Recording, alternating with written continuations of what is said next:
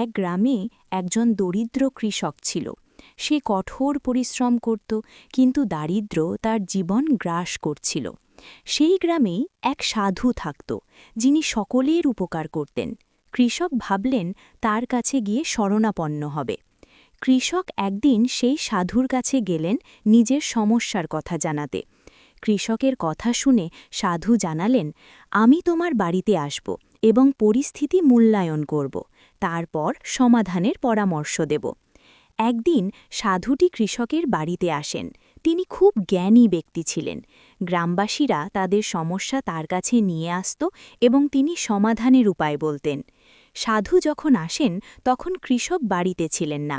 সাধুকে কৃষকের স্ত্রী বলেন, উনি মাঠে গেছেন, আমি ওনাকে ডেকে আনছি, দয়া করে একটু অপেক্ষা করুন।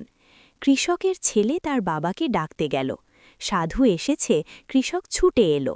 সাথে তার পোষা কুকুরটি। কুকুরটি হাঁপাতে হাঁপাতে এলো।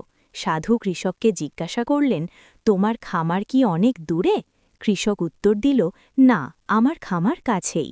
কৃষক উত্তরে বললেন, আমি আর আমার কুকুর একই পথ ধরে বাড়ি ফিরেছিলাম। আমার খামার খুব বেশি দূরে নয়। আমি ক্লান্ত নই, আমার কুকুর ক্লান্ত। কারণ আমি সরাসরি বাড়ি ফেরার পথ ধরেছিলাম, কিন্তু কুকুরটি তার অভ্যেসের দ্বারা বাধ্য। সাধু জিজ্ঞাসা করলেন, এটা কেমন অভ্যেস? কৃষক বললেন, এই কুকুরটি অন্য কুকুরদের ঘেউ ঘেউ করে, তাদের পিছনে দৌড়ায় এবং আমার কাছে ফিরে আসে। বারবার এটা করছে, এই কারণেই বাড়ি ফিরে আসার সময় এটি ক্লান্ত হয়ে পড়ে। এবার সাধু বললেন, আমাদের ক্ষেত্রেও একই পরিস্থিতি ঘটে। আমরা একটি লক্ষ্য মাথায় রেখে কাজ করি না। আমাদের মন বারবার বিভিন্ন জিনিসের দিকে ঘুরে বেড়ায়। এই কারণেই আমরা কোনো বড় কাজ করতে পারি না। জীবনে সাফল্য এবং সুখ চাইলে অন্যের জিনিস দেখে চিন্তিত হওয়া উচিত নয়। শুধু সততার সাথে আপনার কাজ করুন। ভুল জিনিসের পিছনে দৌড়ানো উচিত নয়। তাহলে আজকের গল্প থেকে আমরা শিখলাম, আমাদের উচিত আমাদের কাজে মনোনিবেশ করা।